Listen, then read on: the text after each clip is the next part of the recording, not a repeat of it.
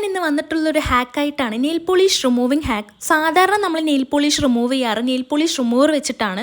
But ഞാൻ ഇന്നിവിടെ use ചെയ്യണത് ഒരു നെയിൽ പോളിഷ് തന്നെയാണ്. സുഡിയോയുടെ നെയിൽ പോളിഷാണ് ഞാൻ ഇവിടെ യൂസ് ചെയ്യണത്.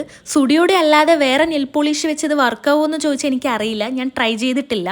സോ നമുക്ക് ഏത് ഹാൻഡിലെ നെയിൽ പോളിഷാണോ റിമൂവ് ചെയ്യേണ്ടത് അതിലോട്ട് ഈ നെയിൽ പോളിഷ് ഒന്ന് അപ്ലൈ ചെയ്ത് കൊടുത്തതിന് ശേഷം ഒരു 5 to 6 seconds വെയിറ്റ് ചെയ്തതിന് ശേഷം ഒരു കോട്ടൺ വെച്ച് വൈപ്പ് ചെയ്ത് കൊടുത്താൽ മതി, അത് റിമൂവ് ആയിക്കോളും. ബട്ട് നമ്മുടെ നെയിൽ പോളിഷിൻ്റെ കോട്ട് കൂടുതലാണെങ്കിൽ നമ്മളൊരു 2-3 വട്ടം ട്രൈ ചെയ്യേണ്ടി വരും.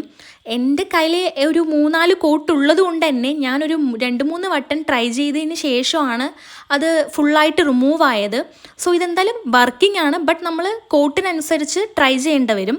നമുക്ക് പെട്ടെന്നൊരു സാഹചര്യത്തിൽ നെയിൽ പോളിഷ് റിമൂവർ ഇല്ലാന്ന് തോന്നിയാൽ യൂസാക്കാൻ പറ്റുന്നൊരു ഹാക്കാണ്.